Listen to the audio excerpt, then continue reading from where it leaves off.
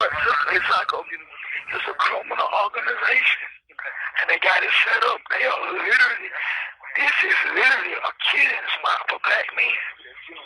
Wow. The officer came out the other day. The officer told us, hey, listen, guys, we have a problem with the water.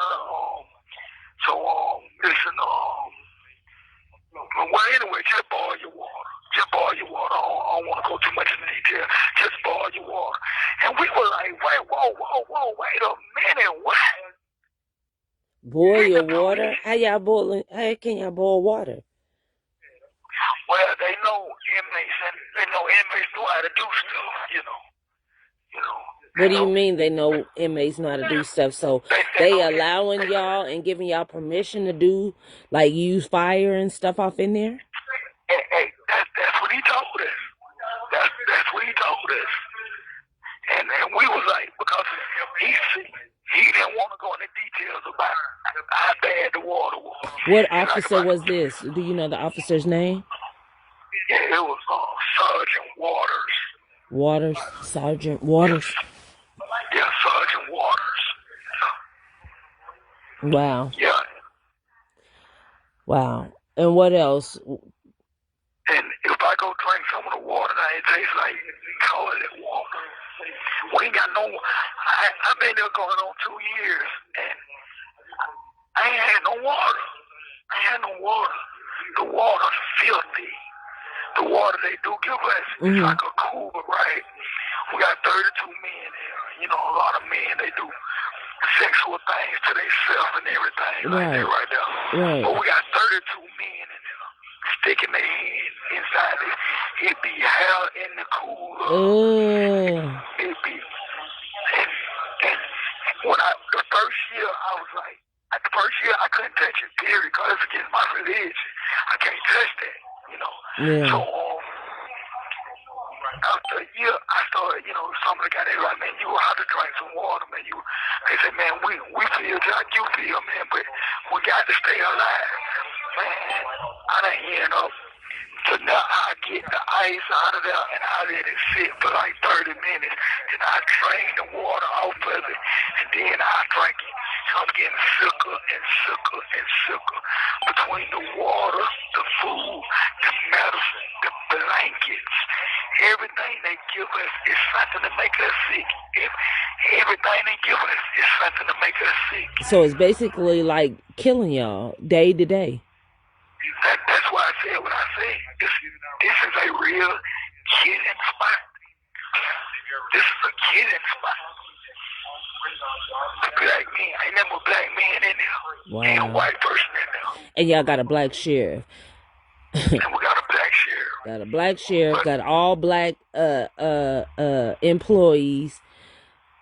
And he run around here. Now they done put in the paper, the news, and said that that basically he done did some new and improvements, that some stuff around there is new improved, and that it's getting better. That's what the newspaper's saying. The news and I feel like, cause like I said, I don't even supposed to be here. I don't commit crimes.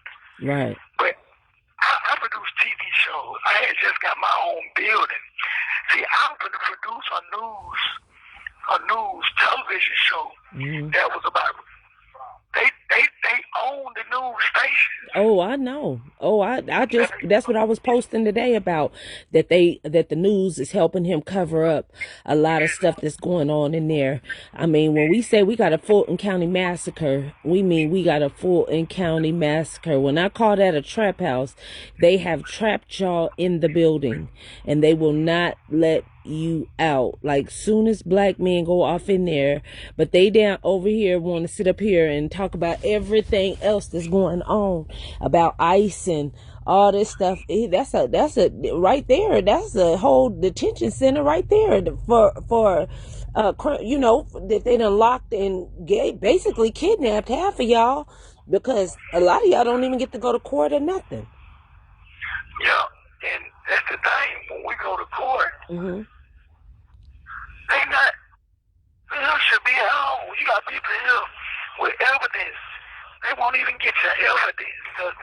The lawyers don't do nothing at all. Because the Nothing. lawyers are working, and that's another thing that I need. I need for y'all to start giving me a list of the attorneys that are on these cases, because if these are the same attorneys on a lot of these cases off in here, the public pretenders, I need the public pretenders and I need the official lawyers, because what we can start doing is go ahead and file against these attorneys' bar license and get them up out of there. You know, ain't no need of having them in office if they're not going to do their job. If they're going to work against us and they're going to keep y'all housed to help the government, then we might as well go ahead and work and get them on up out of there. They don't need to be an attorney. That's not what their job. That's not what they need to do. You know, they need to find another career. He go on one of the guys I'm working with right here. Okay. And he can give you. We were just talking about how the lawyers are not doing nothing. Yeah, give me y'all's attorney's name and information. I don't need the number. I just need their names. Y'all start writing down y'all's attorney's names and get them to me, because what we'll do is just file some information. Just file, you know, criminal or physical, whatever charges it is that they have, whatever they're not doing and they're lacking of your case, and they're denying you of, we'll go ahead and file that. And especially if they have 1, 2, 3, 4, say, because some of y'all got the same attorney. Let him explain to you too, kind of what we're going through. Oh, okay. Hello. Hello. Yes. How you doing, man? I'm good. How are you? You don't have to say your name. You don't have to say your name. Okay. Yeah. But what we looking at is the whole process. The Fifth Amendment to the United States Constitution states that no person shall be held to answer for a capital or infamous crime unless upon indictment. Mm-hmm. What they're doing is like the President Donald Trump when they investigated the 2020 election fraud case. They investigated the case first, then they indicted him, and then they made him turn himself in. But what they're doing with us, with all the black people, they are locking us up, bringing us to court, and then making us wait 5 or 6 months later to be indicted.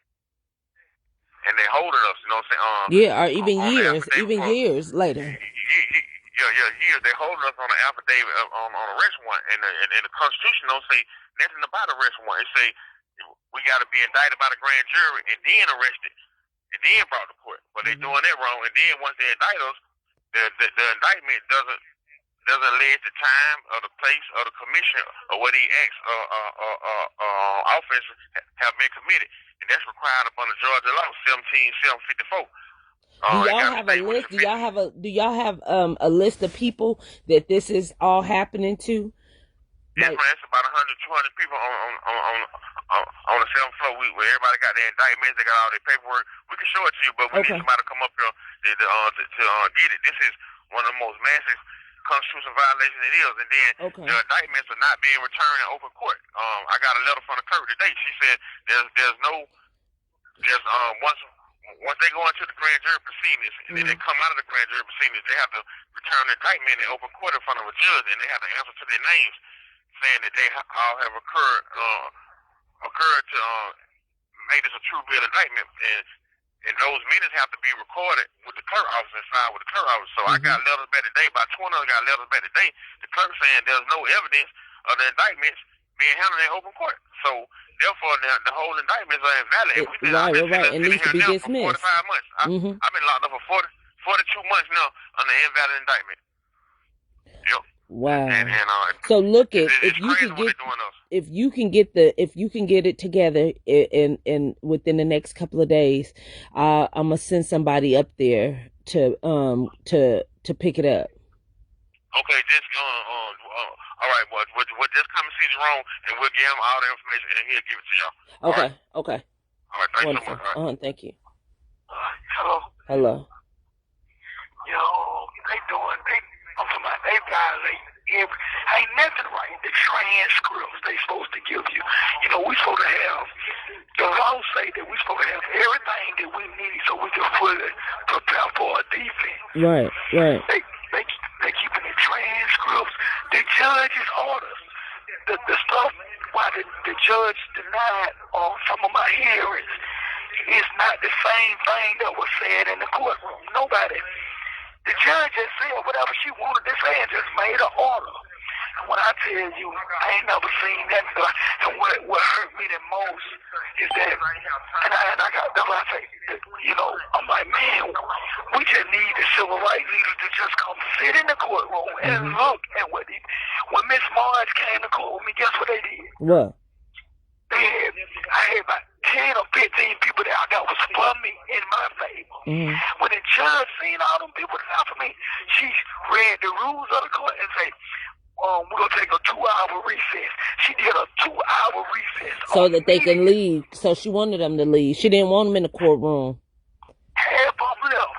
Wow. After 2 hours, they came back. She seen I still had people in there. That's what she said. Another 2-hour recess. No, she didn't. No, she didn't. She said, we need for you to go back in the cell for a minute. But it's just going to be for 5 minutes. The judge needs to use the restroom. So they took me. Do you know what judge that is? Do you know what judge that is? Yeah, Judge Williams. Judge Shamilia Williams. Shamilia Williams. I'm going to get all the names for you. Yeah, give me the names and whoever done been to court. I need they judges as well. Yeah, I'm going to get all that for you tonight. Yep. It don't make no sense. And I say, man, we got to build our civil rights leaders back up. Because it ain't right no more. I tell people, I say, when Martin Luther King gave a speech, the camera couldn't even get to all the people that came out to support. The camera couldn't even see all the people. See, you know, and you know, not to take nothing away from Jesse and Andrew and all them. Oh no, you could take something away from them. You could take away from. Let me tell you something. What I be finding out about these false, supposed to be black leaders, I don't even want to talk about them really. You know what I'm saying? Because honey, it's so much cutthroat and red tape and should have been yellow tape up that I don't even want to even talk about them. John Lewis, any of them, I don't want to talk. Like, I don't want to stand. If we gonna talk about ancestors, talk about Harriet Tubman. We could talk about Malcolm X, talk about one that we for sure know was for a freedom fighter and had mistakes and made his mistakes. And when he came to God, he came all the way to God and he didn't come with no half stepping, honey. When I say that man, when Malcolm X got taken out, I could truly say he got taken out on true knowing who God was and what he was meant and sent to do. He was not straddling the fence. He wasn't playing no games. He wasn't ready. Nah, none of that. I just don't. I'm so. These Martin Luther Kings and all of these John Lewis's and these Al Snakes and all that. I don't trust none of them. Hey, I'm so glad to hear you say that. I'm talking about a tear is in my eye. Do you got a pencil close to you? Yep, I got one right here. Okay, look. My mama name was Deborah. That's D-E-B. D-E-B-O-R-A-H. Yvonne Goggins. My mama was the president of Techwood Homes. They killed my mama when I was about 12, 13 years old. And they had the kids thinking that it was suicide. But they got newspaper clippings, all the stuff that my mama did. I'm trying to get them from this guy. Now, as a matter of fact, I'm gonna seek it out, link it up. But he got all these newspaper. A little bit about me. I don't know none of my family. I love God with all my heart. When they killed my mama, me, my little brother, my sister, we don't know nobody else. We grew up as homeless kids. I'm a 7th grade dropout. I'm handicapped. I'm legally blind. I was born premature. So I had poor blood circulation. I had arthritis my whole life. Had heart trouble and some other things. But I grew up sleeping in empty apartments. I grew up, I don't know nothing about no birthdays, no holidays. I ain't never had nobody that truly love. I don't know none of my people. I did everything in my power. I went back to school, I got a GED, I went to college, I worked, I got my own business, I did a lot of things. I raised my little brother and my little sister. When I tell you the abuse is so big, even when it comes to cause we would have went to the adoption home, but the adoption home was touching on my sister. And man, I could tell you some stuff that the government is like, it's like the government is the one we need to fear. It's unbelievable the things that what I done seen in my life. You said the government is the ones we need, and I just want to correct you because you didn't mean to say fear, right? I say fear. Fear. Uh-huh. You said we need to fear? Yeah. No, we don't fear no man, and we don't fear nobody but God, and we don't have to fear him if you do abide by his policies and his procedures. So I want you to change that, because I know you say aware. We need to be aware of, because honey, there ain't a living soul I fear, not one. I mean that from the bottom of my heart. I can't serve God and fear man. You know, I'm just thankful just to hear that, because when I tell you, I've been beat down so much, and I can't tell it all to you in 5 minutes, but you probably can hear it in my voice. I barely can breathe. I can't breathe. Did that just start happening since you've been in there? No, it happened before I got out of here. But it came from, do you know, you familiar with Miss Marge's friend named Ron Shakir? But I used to produce TV shows at People TV. Oh yeah, I remember People TV. Yeah. I used to be on their show. I done been on a couple of people's show that had a show on there. Yeah, I went to school for film production and graphic design. Okay. Specifically, just for the reason of me putting that type of information out of what we're going through about the oppression of our people. Right. I didn't do all that. 1 minute remaining. To try to be famous or none of that. Right. But I gave you that, and I'll call you back tomorrow. Okay. But if you could, any type information you can find out about my mama. I'm trying to get her medical records, her death certificate, and her jail records and stuff like that. I sent out for that, but my mama went through so much to try to save us, and they end up killing that lady. And I'll be able to go more into detail about it, but they done beat me down, and I most definitely need your strength. They done beat me down to the point where I literally can't breathe. My God. It's hard for me to breathe. So I'll call you back tomorrow with the rest of the information. Okay. You just hold on though, okay? Hold on. You inspired me. Thank you so much. Man. Thank you so much. We coming to get y'all, man. We coming to get y'all. We coming. Let them know we coming.